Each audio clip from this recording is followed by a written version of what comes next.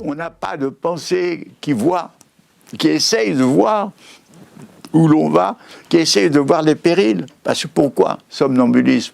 Parce que pendant ce temps-là, c'est pas seulement le réchauffement climatique, c'est toute la dégradation des sols par l'agriculture industrielle dans le monde entier. On représente 0,01% de l'ensemble des vivants actuellement et 85% des morts animales sur l'ère industrielle sont dues aux humains.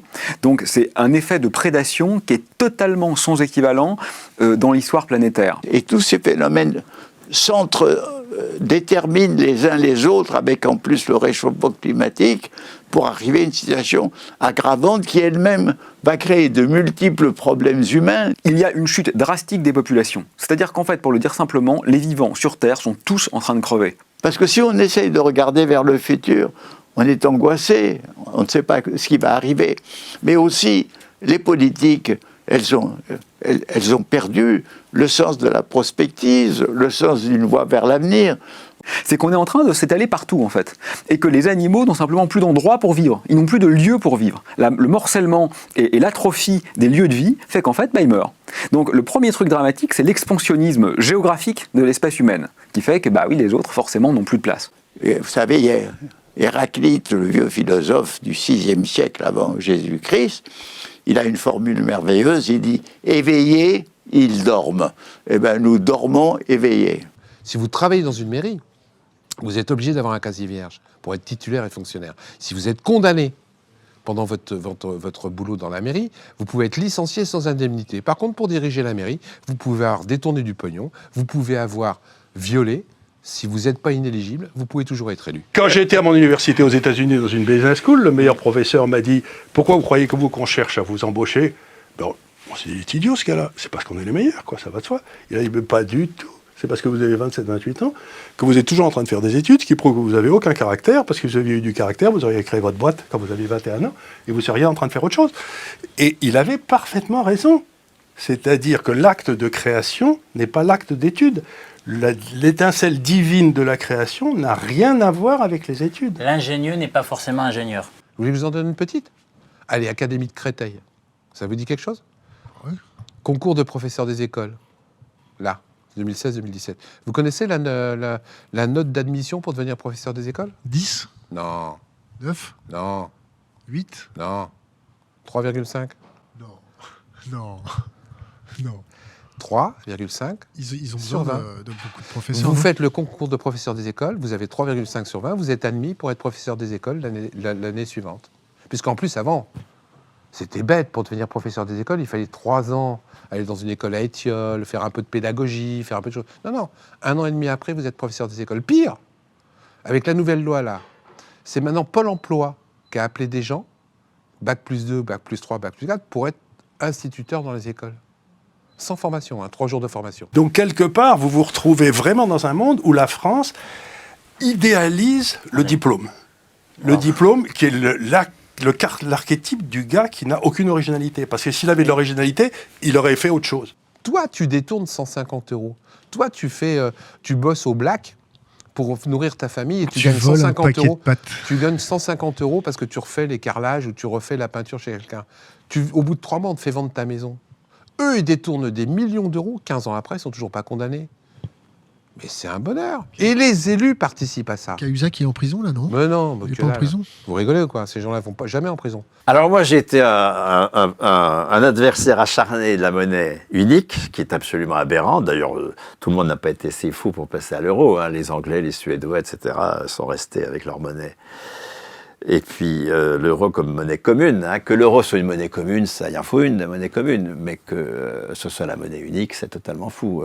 Donc ça n'est pas compatible, bien sûr, hein, mais ça n'est pas compatible avec l'Union européenne en général, qui a été construite comme une espèce de prison des peuples. Hein. Et donc si nous nous libérons du capital pour produire, si nous devenons propriétaires de nos outils, forcément nous ne serons pas euro-compatibles. Le droit des peuples à disposer d'eux-mêmes, la possibilité pour les populations de décider de leur destin dépend directement de leur aptitude politique à créer la monnaie nécessaire pour financer leurs activités. Et les peuples qui ont renoncé, qui ont perdu ou qui se sont fait voler ou qui ont renoncé volontairement à la création monétaire publique ont perdu en même temps leur souveraineté politique. Il y a 8 personnes aujourd'hui qui possèdent plus que 3,5 milliards d'individus. 8 personnes. Il y a 10 ans, et ça les gens n'ont pas noté, il y en avait 380. En 10 ans, on est passé de 380 à 8. C'est ça, l'ère du temps, l'optimisation? Oui, l'optimisation, pour quelques personnes. 30, 40 milliards d'euros par an. Les intérêts de la dette, c'est de cet ordre-là, je me gourre pas. Ça fait un putain de trou, 40 milliards d'euros tous les ans. Juste d'intérêt sur la dette. Qu'on paye pour rien, il n'y a aucune raison. Puisque le garant en dernier ressort, c'est toujours la Banque Centrale Européenne. Donc que la Banque Centrale Européenne se porte garante de la dette de la France, ou que ça se fasse via des investisseurs à qui on emprunte et qui, eux, vont se refinancer à la Banque Centrale Européenne, c'est toujours le même jeu. Hein. Simplement, entre-temps, on a nourri des intermédiaires inutiles. Qui sont, à tes yeux? Tout le système financier qui est derrière, les gens auprès de qui on emprunte. Et qui, eux, vont refinancer leurs dettes. Parce que, l'air de rien, quand ils doivent emprunter auprès de la Banque Centrale, il faut qu'ils viennent avec des titres solides, qu'ils apportent en garantie. Et c'est quoi les titres solides qu'ils apportent en garantie? C'est de la dette d'État française, c'est de la dette d'État allemande. Donc en fait, la France emprunte à taux d'intérêt non nul à des banquiers, des compagnies de banques assureurs, des investisseurs, ce genre de personnes-là, qui, eux, vont se refinancer auprès de la Banque Centrale Européenne en empruntant à taux nul et en apportant comme garantie les titres de dette française. Je veux dire, t'enlèves l'intermédiaire inutile, et la France va juste déposer ses titres de dette auprès de la Banque Centrale et obtenir de l'argent en échange, et ça fera bien pareil. Hein. Mais pourquoi on le fait pas? Parce que les traités internationaux nous l'interdisent. La monnaie libre, moi je la connais sous ce nom-là, la monnaie libre. Alors ça c'est intéressant. Ça, c'est... Tout à l'heure, je te décrivais le chartalisme. Hein. Un État digne de ce nom n'emprunte pas la monnaie, il la crée quand il dépense, il la détruit quand il reçoit l'impôt. Ça, c'est le chartalisme. C'est, à mon avis, la solution monétaire qui est la plus accessible tout de suite, elle est compréhensible tout de suite, elle ressemble au modèle actuel. Il suffit de prendre la création monétaire aux banques et de la donner à la puissance publique sous notre contrôle. Je déteste l'idée que les journalistes seraient des comptables grisâtres du réel. Je déteste l'idée de l'objectivité. Je déteste l'idée de l'objectivité parce que ça n'existe pas. Je veux dire, à partir du moment où tu décides de travailler sur un sujet plutôt qu'un autre, tu fais déjà un choix. Et le propre du subjectif, c'est le choix. Je crois qu'un média doit essayer de travailler à son propre pluralisme. Même si il y a une ligne dans chaque média, et il serait stupide de le nier, et je pense que ceux qui essayent de faire croire qu'ils sont dans l'objectivité pure se plantent complètement. Parce qu'il est au contraire très bon d'avoir conscience de sa propre subjectivité. Donc il y a une ligne.